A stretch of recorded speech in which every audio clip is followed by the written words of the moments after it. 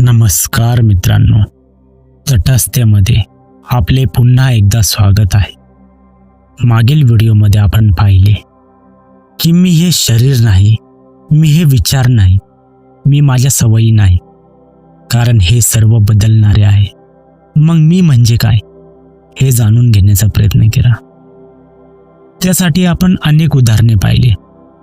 सिनेमातील हिरो आणि प्रेक्षक याचं उदाहरण समजून घेतलं.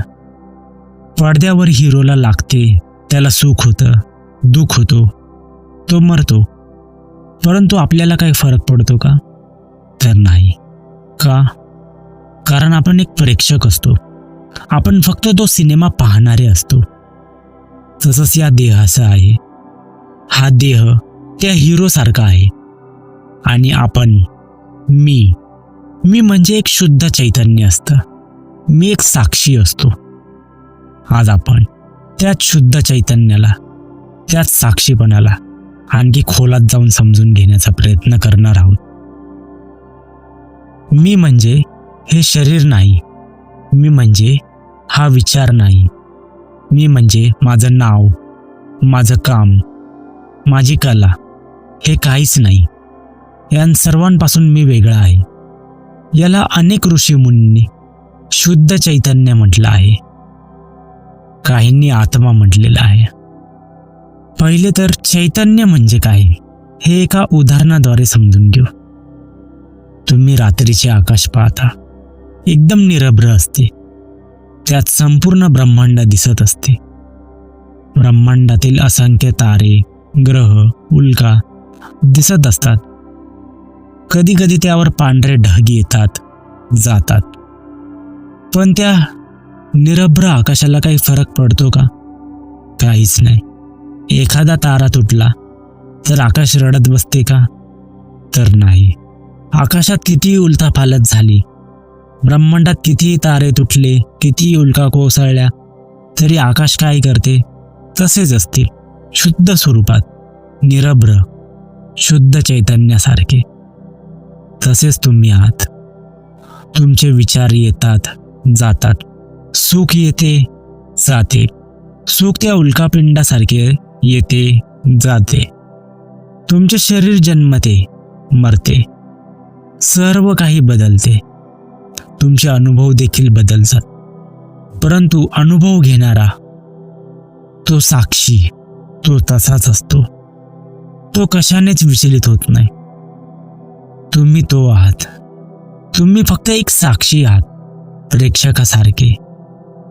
मी एक प्रेक्षक आहे याची जाणीव एकदा झाली की आपला आयुष्याकडे पाहण्याचा दृष्टिकोन बदलून जातो.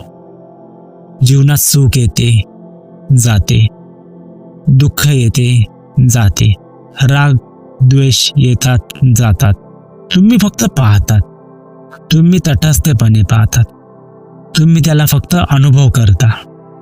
तुम्ही त्यात अडकून पडत नाही आणि त्यामुळे तुम्हाला काही फरक पडत नाही.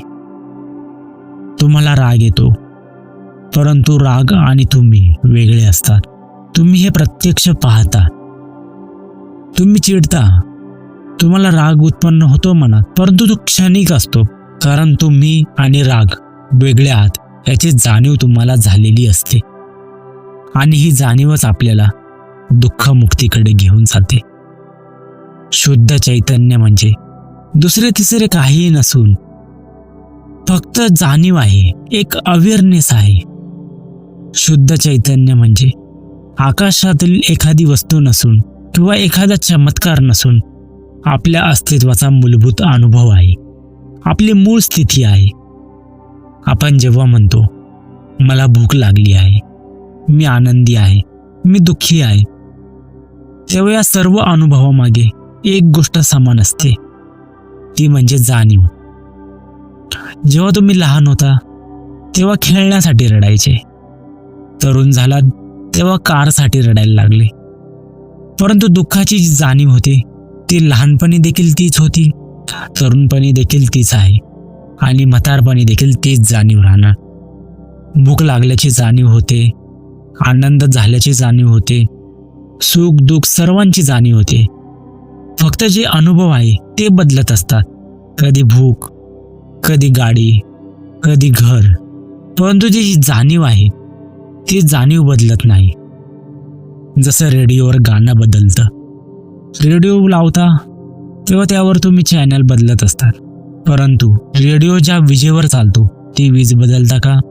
नाही, वीज एकच असते. तशीच जाणीव असते. जाणीव म्हणजे आपल्या जीवनाची एक प्रकारे वीजच आहे. विचार येतो जातो, पण जाणीव नेहमी तशीच असते. अगदी गाढ झोपेत सुद्धा. तुम्ही कधी विचार केला काय गाढ झोपेत काय होतं? तुम्ही म्हणता मला गाढ झोप लागली, खूप शांत झोप लागली, परंतु सकाळी जेव्हा तुम्ही उठता तेव्हा ती जी गाढ झोप लागली ती कोणाला लागली? ह्या शरीराला लागली, परंतु शरीर तर झोपलेले होते. तुमचं जग, स्वप्न, विचार सगळं काही संपलेलं होतं. मग ही जी झोपेची जाणीव झाली ती कुणाला झाली? तुम्ही म्हटला छान झोप लागली, गाढ झोप लागली, ते कोणाला समजलं? कारण ती झोप लागल्याची फक्त जाणीव होती ना. ती जाणीवच तुम्ही आहात. ती जाणीव म्हणजेच शुद्ध चैतन्य आहे. जसं आरशासमोर एखादी वस्तू ठेवली, आता ती कुरूप वस्तू असली तर आरसा कुरूप होतो का? नाही. सुंदर वस्तू ठेवली तर आरसा सुंदर होतो का?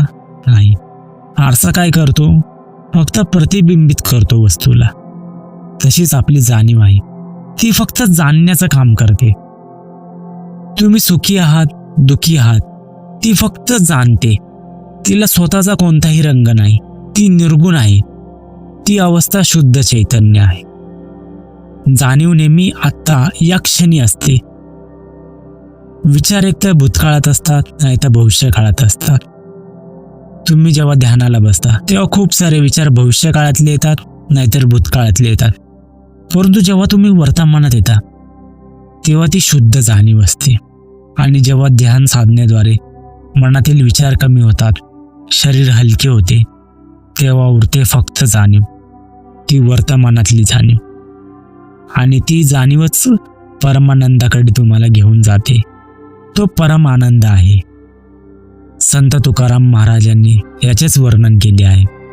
ते म्हणतात, मी तो नाही ऐसी जाणीव जया झाली, तयाचीच बोले साचे होय. याचा अर्थ असा, हे मी पण किंवा मी देह नाही याची जाणीव जेव्हा होते, जेव्हा माणसाला समजते की मी शरीर नाही, मी हा देह नाही, याची जाणीव फक्त बुद्धीवर नाही तर अनुभवाने होते. म्हणजेच देहाचा आणि बुद्धीचा संबंध तुटतो. आणि जेव्हा त्याला मी देह नाही अशी जाणीव होते, अनुभव होतो, तेव्हा त्याला आपल्या मूळ स्वरूपाची, मूळ चैतन्याची अनुभूती होते. तेव्हा त्याला समजते की हा देह नश्वर आहे, हा देह म्हणजे मी नाही. आणि हे अनुभवाने समजते. जाणीव तयार झाली म्हणजे ज्याला त्याची ही जाणीव झाली, ज्याला साक्षात्कार झाला, त्याचे बोलणे साच म्हणजे सत्य असते. म्हणजे ज्याने स्वतःला पूर्णपणे परमात्म्यात विलीन केले, ज्याने हे जाणले की मी हा देह नाही, मी तर एक शुद्ध चैतन्य आहे, हे अनुभवावर जाणले, त्याच्या वाणीला एक वेगळेच सामर्थ्य प्राप्त होते. कारण तेथे मीपणा उरलेला नसतो, तेथे फक्त एकच असतं. सगळं द्वैत संपलेलं असतं, उरतं फक्त अद्वैत. तो एक पांडुरंग असतो, तोच विठ्ठल असतो. आता ही शुद्ध चैतन्याची अनुभूती संत तुकाराम महाराज पुढील अभंगाद्वारे सांगतात. आनंदाचे डोही आनंद तरंग, आनंदाची अंग आनंदाचे. जेव्हा मनुष्याला ईश्वराचा म्हणजेच आत्मसाक्षात्काराचा अनुभव होतो, मी देह नाही याची जाणीव होते, तेव्हा ही अनुभूती त्यांनी मांडली आहे. आनंदाचे डोही आनंद तरंग म्हणजे जणू काही आनंदाचा एक तलाव आहे, एक सरोवर आहे, डोह आहे. आणि त्यावर उठणाऱ्या लाटा या देखील आनंदाच्याच आहे. म्हणजे सगळीकडे आनंदच आनंद, चौकडे फक्त आनंदच आनंद. आनंदाची अंग आनंदाचे. याचा अर्थ असा की जेव्हा शुद्ध चैतन्याचा अनुभव आला, शुद्ध चैतन्याची अनुभूती झाली, तेव्हा आपले हे शरीर, आपले मन आपले पूर्ण अस्तित्वच फक्त आनंदाचेच बनलेले आहे हे समजले. सगळीकडे फक्त पांडुरंगच मिळाला. सगळीकडे फक्त शुद्ध आनंद मिळाला. दुःखाला जागाच नाही, वेदनेला जागाच नाही उरली. संत ज्ञानेश्वर महाराज एका अभंगात लिहितात, आपुलेनी सुखे सुखाची जहाले, अवघेची व्यापिले विठ्ठले येणे. माऊली म्हणतात, सुखालाच सुखाचा अनुभव येत आहे.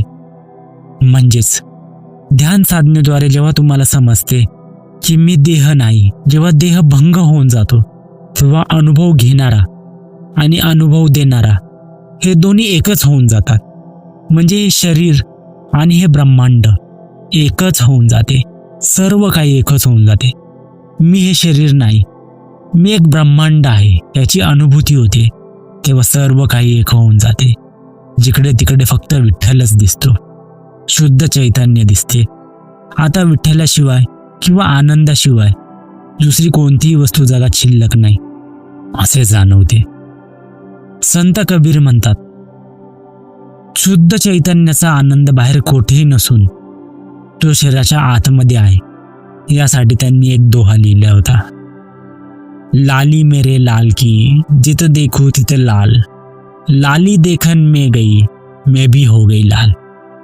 म्हणजेच जेव्हा मी त्या ईश्वराची लाली, ती लाली म्हणजे शुद्ध चैतन्य, जेव्हा ईश्वराची शुद्ध चैतन्य शुद्ध लाली पाहायला निघाली, तेव्हा मला सगळीकडे तोच दिसला, तीच लाली दिसली. आणि बघता बघता त्यात मिसळून मी देखील ती लालीच झाली. तेव्हा सगळीकडे तोच दिसला आणि बघता बघता मी देखील त्यात मिसळून लालच झालो. म्हणजेच लाल पाहायला गेलो, परंतु पाहता पाहता मी देखील लालच झालो. जेव्हा आपण साधनेद्वारे शरीराची भंग अवस्था अनुभवतो, तेव्हा आपल्याला मी आणि ब्रह्मांड एक होऊन जाते याची अनुभूती येते. यालाच त्यांनी म्हटलेलं आहे, मैं भी हो गई लाल. स्वामी विवेकानंद सांगायचे, माणसाची सर्वात मोठी चूक कोणती असेल तर ती म्हणजे स्वतःला शरीर मानणे. त्यांच्या मते शुद्ध चैतन्याचा अनुभव घेणे म्हणजेच आपल्यातील सुप्त ईश्वरी तत्वाला जागे करणे होय. स्वामीजींच्या मते हे शरीर म्हणजे केवळ एक साधन किंवा पोशाख आहे. जर मी हा शरीराच्या आत असलेल्या चैतन्याचा स्रोत आहे. ते म्हणायचे की जर तुम्ही स्वतःला शरीर मानले तर तुम्ही मर्यादित होता, पण जर तुम्ही स्वतःला शुद्ध चैतन्य मानले तर तुमच्यासाठी काही अशक्य नाही. चिदानंद रूपम शिवोहम शिवोहम, म्हणजेच मी आनंद स्वरूप शिव आहे, मी आनंद स्वरूप चैतन्य आहे, शुद्ध चैतन्य आहे. हाच मंत्र ते तरुणांना देत.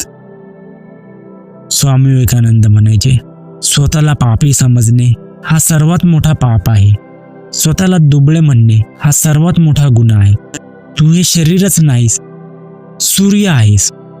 सूर्य जसा ढगांच्या मागे लपला तरी देखील चमकतो, तसेच तुझे शुद्ध चैतन्य तुझ्या विचारांच्या मागे लपलेले आहे. ते चमकत आहे. फक्त त्या ढगांना म्हणजेच त्या विचारांना बाजूला कर. आता प्रश्न पडतो, हे सर्व ऐकायला वाचायला सोपे वाटत आहे, पण प्रत्यक्षात मी देह नाही ही जी जाणीव आहे ही कशी टिकवायची? कारण आपले मन पुन्हा पुन्हा देहाच्या सवयीकडे जाते, विचारांच्या गोंधळात अडकते. इथेच गरज पडते तपश्चर्याची. अनेकांना वाटते तपश्चर्या म्हणजे हिमालयात जाऊन बसणे किंवा अन्न पाणी सोडून शरीराला कष्ट देणे, पण तसे नसते. संतांच्या भाषेत तपश्चर्या म्हणजे मनावर केलेली एक प्रक्रिया असते, एक प्रकारे मनाचे केलेले ऑपरेशन असते. शुद्ध चैतन्य होणे म्हणजे स्वतःला बदलणे नव्हे, तर स्वतः आपण जे आहोत ते जाणणे, स्वतःला जे आपण नाही ते पाहणे, त्यापासून वेगळे करणे. ही प्रक्रिया म्हणजे एक प्रकारची आध्यात्मिक शस्त्रक्रियाच आहे. जेव्हा तुम्ही तुमच्या आयुष्यातील चढ उतारांकडे, सुखदुःखांकडे निरभ्र आकाशासारखे तटस्थपणे पाहता, तेव्हा ती तुमची तपश्चर्याच असते. संतांनी यालाच शीतोष्ण म्हटलं आहे. म्हणजेच थंडी, उष्णता म्हणजेच सुख दुःख सहन करणे. आपली इंद्रिये आपल्याला सतत बाह्य जगाकडे खेचतात. मनाला सतत काही ना काही बाह्य विषय हवे असतात. तपश्चर्या म्हणजे या बाहेर वाहणाऱ्या ऊर्जेला आतमध्ये वळवणे. जेव्हा तुम्ही ध्यान साधना करता तेव्हा तुम्ही बाहेर पडणाऱ्या ऊर्जेला आतमध्ये वळवतात, या शरीरात वळवतात आणि कालांतराने या शरीराचा सत्यपणा आपल्याला उलगडतो. हे शरीर काय आहे याची जाणीव आपल्याला होते. हे शरीर म्हणजे नश्वर आहे याची अनुभूती होते आणि शुद्ध चैतन्य काय असतं हे देखील समजते. जेव्हा तुम्ही जाणीवपूर्वक एखाद्या मोहाचा त्याग करता आणि त्याला साक्षी भावने पाहता तेव्हा तुमच्या अंतरंगात एक ऊर्जा निर्माण होते. ही ऊर्जाच तो प्रकाश आहे. तो आपल्यातील अज्ञान अंधार नाहीसा करतो. याच ऊर्जेला ऋषीमुनींनी तप म्हटलेलं आहे. संत तुकाराम महाराज ज्या आनंदाच्या डोहाबद्दल बोलतात तो आपल्या आतच आहे. ज्ञानेश्वर माऊली ज्या विश्वव्यापक विठ्ठलाबद्दल बोलतात तो आपल्या जाणीवेतच आहे. ओशो म्हणतात, तपश्चर्या म्हणजे होश, अवेअरनेस असते. जे करताय त्यात पूर्णपणे असणे. बुद्धांनी तपश्चर्याला ध्यानाद्वारे समजून सांगितलं. बुद्ध म्हणत, चालताना ध्यान करा, जेवताना ध्यान करा, प्रत्येक घास जाणीवेने चावा, प्रत्येक पाऊल टाकताना जाणीवेने टाका. गीतेमध्ये तपश्चर्या म्हणजे शरीर, वाणी, मन यांचा संयम, यांचंच तप. सुख दुःखात समान राहणं ही खरी तपश्चर्या सांगितली आहे. यासाठी दिवसातून काही वेळा स्वतःसाठी काढा. फक्त श्वास पहा, मी आहे याची जाणीव करा. राग आला तर मनामध्ये राग आला, राग उत्पन्न आला. राग आणि तुम्ही वेगळे आहात याची जाणीव होऊ द्या. राग आणि तुम्ही एक नाही. राग जेव्हा उत्पन्न होतो तेव्हा राग आणि तुम्ही यामध्ये एक क्षणाचा गॅप ठेवा. एक क्षणाचा गॅपच तुम्ही आहात. भीती वाटली तर भीती आली असं नाव द्या. नाव दिलं की तुम्ही त्यापासून वेगळे होता. रात्री 10 मिनिटे स्वतःसाठी काढा. रात्री 10 मिनिटे सुखासनात बसा. श्वास पहा. श्वास पाहता पाहता बघा विचार येतील. विचारांकडे तटस्थपणे पहा. श्वासाकडे तटस्थपणे पहा. प्रश्न विचारा स्वतःला, हे जे पाहतंय हे कोण पाहतंय? श्वास येतोय जातोय, विचार येताय जाताय, कोण अनुभव करते? उत्तर शोधण्याचा प्रयत्न करू नका. उत्तर आपोआप मिळेल. जिथे प्रश्न संपतात तिथे तुम्ही सुरू होता. म्हणून जाता जाता एक गोष्ट लक्षात ठेवा, वादळ येतील, उल्का कोसळतील, सुख येईल, दुःख येईल, चांदणं पडेल, पण तुम्ही फक्त निरभ्र आकाश आहात. तुम्ही घडणारे नाही, तुम्ही बघणारे आहात. कारण तुम्ही शरीर नाही, मन नाही, विचार नाही. तुम्ही आहात शुद्ध चैतन्य, आनंद स्वरूप चैतन्य. अहम ब्रह्मास्मी म्हणजेच मीच ब्रह्म आहे. तुम्हीच ते तत्व आहात. तुम्हीच ते शुद्ध चैतन्य आहात. याची अनुभूती घ्या. यासाठी ध्यान करा, तपश्चर्या करा. धन्यवाद.